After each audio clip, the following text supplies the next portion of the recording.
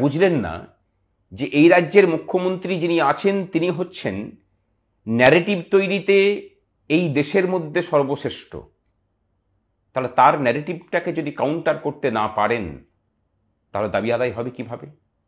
দুঃখের বিষয় যে এই ন্যারেটিভ তৈরি করাতে কর্মচারীদের বিভিন্ন সংগঠনও কিন্তু সংযুক্ত আছে। এখন হুইসপার ক্যাম্পেইন চলছে যে শুধু সরকারি কর্মচারীদেরকে দেওয়া হবে, তাও যারা চাকরি করছেন তাদেরকে, পেনশনারদেরকে দেওয়া হবে না। একটা কথা বলে রেখে দিই, শুনে নিন। ডিএ যারা পেয়েছেন 2009 রোপার বকেয়া তাদের সকলের জন্য আছে। সকল পেনশনার, সকল স্তরের কর্মচারী, তাদের সকলকে কড়াই গন্ডায় পাওনা গন্ডা মিটিয়ে দিতে হবে সরকারকে। যদি না দেয়, বাকিটা সংগ্রামী যৌথ মঞ্চ দায়িত্ব নিয়ে বুঝে নেবে, সেটা রাস্তা আন্দোলন হোক, সেটা আদালত হোক। আপনারা নিশ্চিন্ত থাকুন। কিন্তু আপনাদের কাছে জোরহাত করে একটা রিকোয়েস্ট করছি যে মনের মধ্যে নেগেটিভ ভাবনাটা আসতে দেবেন না। এটা আমাদের অধিকার। আপনারা যারা ভাবছেন যে ও দেবে না, অধিকারটাকে এত সহজে ছেড়ে দেবেন? এই অধিকারটাকে এত সহজে ছেড়ে দেওয়ার অভ্যাসটা কর্মচারীদেরকে পরিত্যাগ করতে হবে। আগে অভ্যাস বদলান, আগে পজিটিভ ভাবুন। আপনি লড়াই ময়দানে আসতে পারছেন না, আপনি আর্থিক সাহায্য দিতে পারছেন না, তারপরেও আপনি নেগেটিভ ভাবছেন কেন? যারা লড়াইটা করছে পজিটিভিটি নিয়ে, পজিটিভ অ্যাটিটিউড নিয়ে, পজিটিভ ভাবনা নিয়ে, অন্তত তাদের পাশে থাকুন। বাকিটা না হয়তো তারাই বুঝবেন, আপনি না হয়তো যেভাবে নিষ্ক্রিয় আছেন সেভাবেই নিষ্ক্রিয় থাকুন, কিন্তু নেগেটিভিটিটা ছড়াবেন না। আর সরকার যে ন্যারেটিভ তৈরি করছে তার পাল্টা ন্যারেটিভ তৈরি করার দিকে এগোন। সেই ন্যারেটিভটা কি?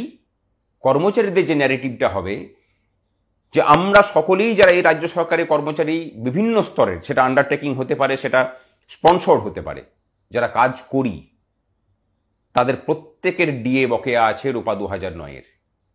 সুতরাং প্রাপ্য সকলের, কড়াই গন্ডাই প্রত্যেককে মেটাতে হবে। চাইব যে সমস্ত কর্মচারী সংগঠন এই কথা, এই সুরে কথা বলুক। চাইব সমস্ত কর্মচারী সেই সুরে কথা বলুক। অধিকারটাকে এত সহজে ছেড়ে দেবেন না। আর আগামী যে শুনানি আছে, এই মামলায় আপাতত মহার্ঘ ভাতাটা আইন স্বীকৃত অধিকার, সেটাকে নিয়ে এস্টাবলিশড হয়ে গেছে। অর্থাৎ ধরেই নিতে পারেন 25% আদায় হয়েছে, বাকি 100% দেওয়ার আদেশও সুপ্রিম কোর্ট দেবে। লিগেলি এনফোর্সিয়েবল রাইট, এটাকে নিয়ে সুপ্রিম কোর্টের মনের মধ্যে কোনো দ্বিধাদ্বন্দ্ব নেই।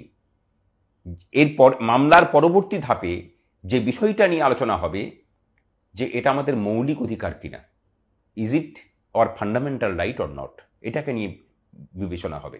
অনেকে জিজ্ঞাসা করছেন যে এর প্রভাব রূপা 2019-এ পড়বে কিনা।